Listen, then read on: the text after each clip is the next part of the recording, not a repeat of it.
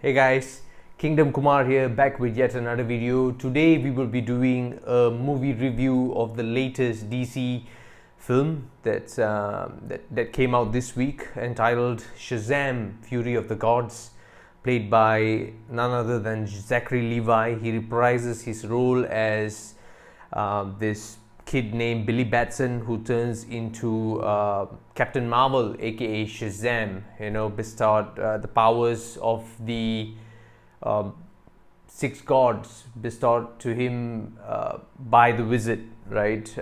So he and his group of kids, the group of kids that he's with, typically they form a Shazam family that's pictured at the end of the first film, right? You will have to watch the first film to know a little bit more about how they receive their powers and what the story is about as a whole. But to be honest, after watching the second film, it's not really related much to the first film. There's no continuation of the story there, except for one particular flashback scene. That's about it.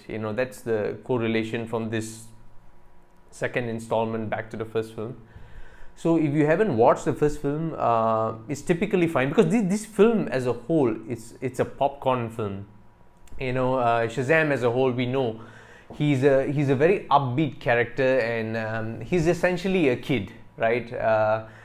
Billy Batson is a teenager, right, along with his other group of friends, right, that he has. And so the thing here is, what happens in the second film is that these three sisters, they are actually daughters of the Greek god Atlas, right?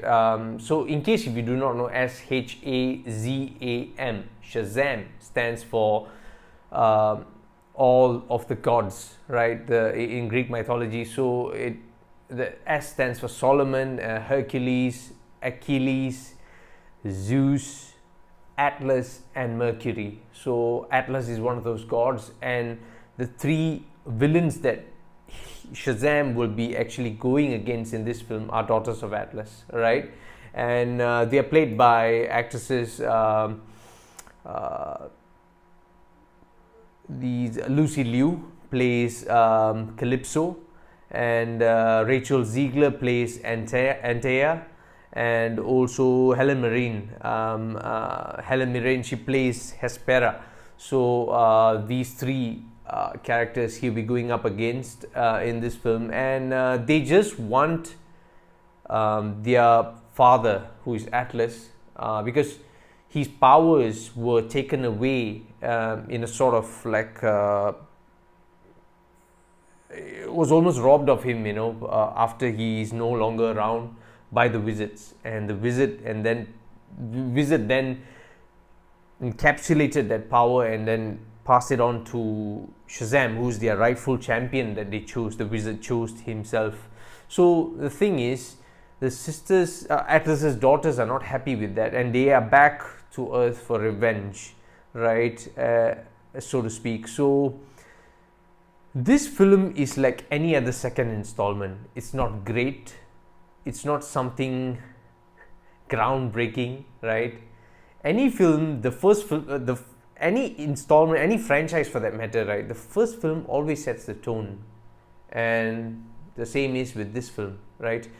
There are so many instances in this film where I felt personally that so many sequences where I felt it could have been narrated much better, in terms that there was the family element is there. The way he actually tries to gather the group as the leader, being Billy Batson, Shazam, played by Asher Angel. I thought Asher Angel did well, although he just featured in several parts as Billy Batson. Most of it was Zachary Levi, and we all know what a talented actor Zachary Levi is. But for me, the actor that really stole the show in this film was Jack Dylan Grazer, right? Who is Billy's best friend, right? Freddie Freeman. He actually stole the show in this film because he brought the emotions to the Shazam family, and that was really the strength of this film, I felt. There are Easter eggs, of course, as we all know. DC being DC, similar to Marvel, they have their Easter eggs, and I'm not going to give any spoilers because this is a spoiler-free review. But as you can see, I'm sure you guys will be looking at the Rotten Tomato score, the IMDb score before heading into the cinemas to watch this film. Rotten Tomatoes has certified this movie as rotten. Yeah, as of the making of this video, they have already certified this movie as a rotten film. So I think maybe 50-60% it scores on Rotten Tomato at the moment. So in other words, I would say be your own judge when you go and watch this film, because I have watched the first Shazam film, and I would say personally, I'm not going to go around like other reviewers on YouTube and say that this was an absolute disaster of a second installment. I'm not going to say that, because for me, it's personally a good film, decent, maybe below average at times. With some of this, I almost feel like they run out of ideas coming into the center of the film, the midpoint of the plot, because they just keep on cracking jokes and meeting up in the lair, you know, all of them in their costumes and their adult versions, right, not their kid versions, as a group, the Shazam family.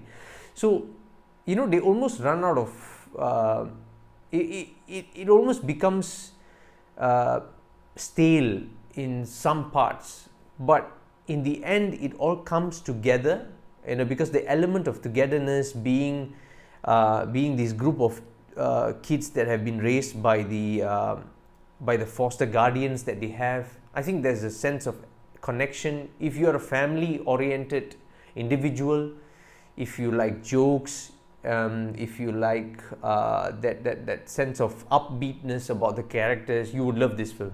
It's a popcorn film, like I told you in the beginning.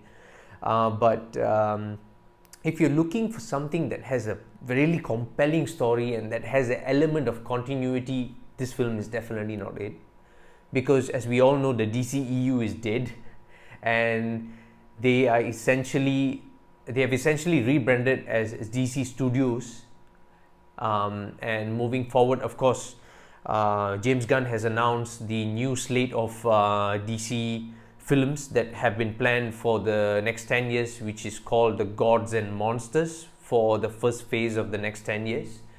But this film is decent as a family film, nothing more, nothing less. So if you guys are planning to check it out, please go, feel free, because it is enjoyable. I'm not going to deny that. But in terms of the continuity and if you're looking for something that is wow, groundbreaking, you know, it's like many people actually compare it to Ant-Man and the Wasp, Quantumania. You can't compare, because DC is DC, Marvel is Marvel. Me personally, I would say it's a good second installment, but it's a decent second installment, but you can't compare it to Marvel, because Marvel has the element of continuity. This film is a standalone film by itself. It does not continue from where Zack Snyder's universe left off, nothing of that sort. Alright? So there are 2 post-credit scenes, so please stay back and watch those 2 post-credit scenes, because if you've watched the first film, you're going to know exactly what is it about. Okay? Especially the second post-credit scene. The first one is just, I feel it's just for laughs and gags, to be honest, because that does not exist anymore, right? That element of a group of superheroes, as we know, does not exist anymore. The DCEU is gone, long gone. So, like I said again, if you're planning to watch this film, go ahead. Don't listen to the reviews. Be your own judge. Let me know what you think down below in the comment section. I would love to know your thoughts about this film. If you have watched it or if you're planning to watch it, please feel free to share your thoughts. As usual, if you like what you see, don't forget to like, share, and subscribe, as we all know. And I will see you in my next video. Thank you for watching, guys. Ta-da. Subscribe.